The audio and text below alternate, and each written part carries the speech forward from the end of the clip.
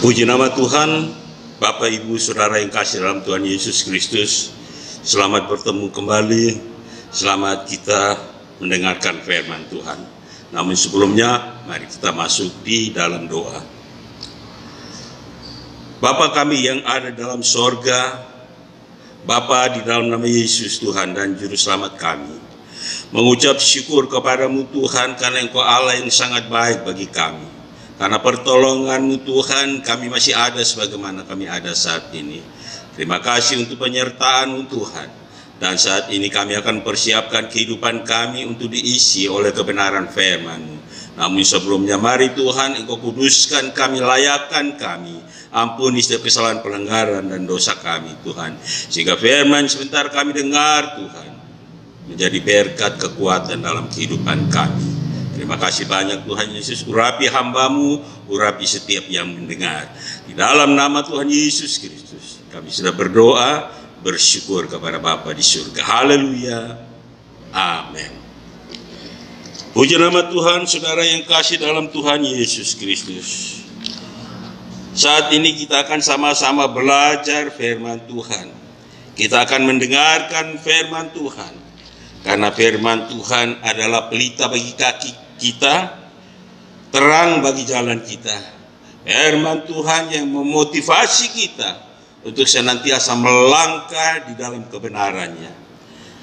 Mari kita sama-sama belajar firman Tuhan yang terambil di dalam Yesaya 41 ayat 10. Firman Tuhan ini seringkali kita dengar, tapi tidak ada salahnya saat ini kita sama-sama mendengarkan lagi. Karena setiap kali kita mendengarkan firman Tuhan itu, kapanpun dan di mana saja, firman itu selalu baru dalam kehidupan kita, memotivasi kita. Kita akan baca firman Tuhan pada saat ini di dalam Yesaya 41 ayat 10. Demikian bunyi firman Tuhan. Janganlah takut, sebab aku menyertai engkau. Janganlah bimbang, sebab aku ini Allahmu. Aku akan meneguhkan, bahkan akan menolong engkau. Aku akan memegang engkau dengan tangan kananku yang membawa kemenangan. Puji nama Tuhan, saudara yang kasih dalam Tuhan Yesus Kristus. Berbicara masalah ketakutan, ya, setiap orang pasti mengalami ketakutan. Tetapi firman infala yang kita baca ini menegaskan kepada kita, mengingatkan kepada kita supaya kita dengan takut di dalam menghadapi kehidupan kita hari lepas hari. Banyak tantangan yang Tuhan izinkan terjadi dalam kehidupan kita, tapi janganlah kita takut. Karena kita lihat di dalam firman ini mengatakan supaya kita senantiasa teguh, ya.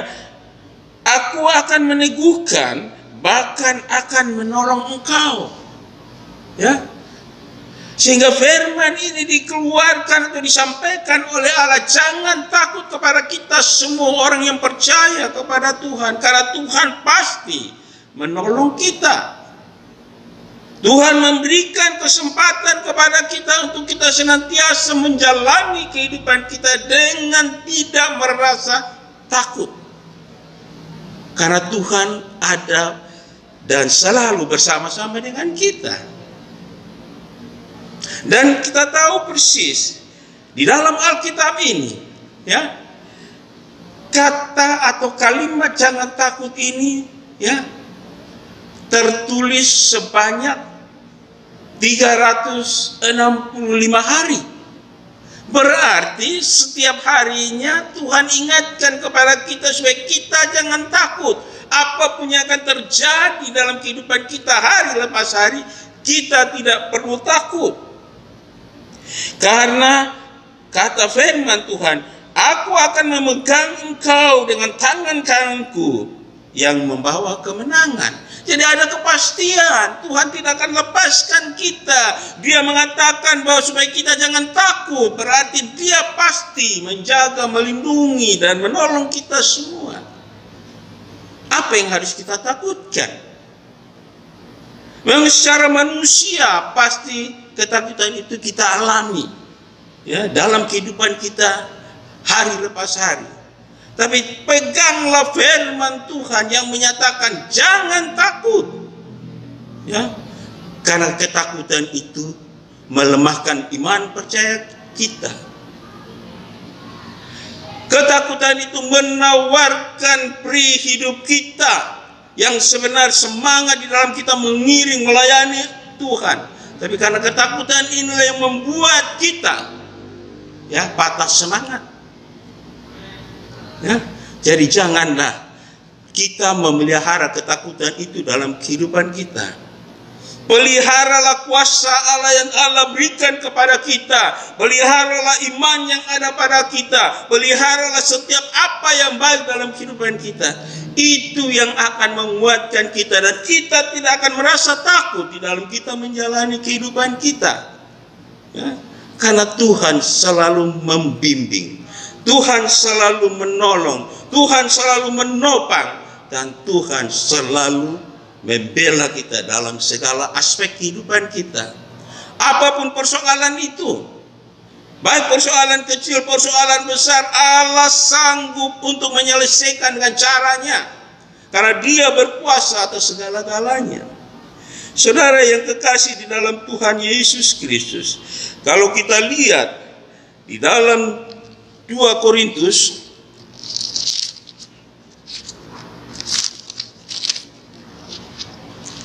Kita lihat di dalam 2 Korintus 4 ayat 8 sampai 10 dikatakan seperti ini.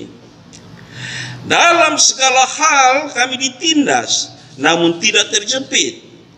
Kami habis akal, namun tidak putus asa. Kami dianiaya, namun tidak ditinggalkan sendirian. Kami dihempaskan, namun tidak binasa. Ya.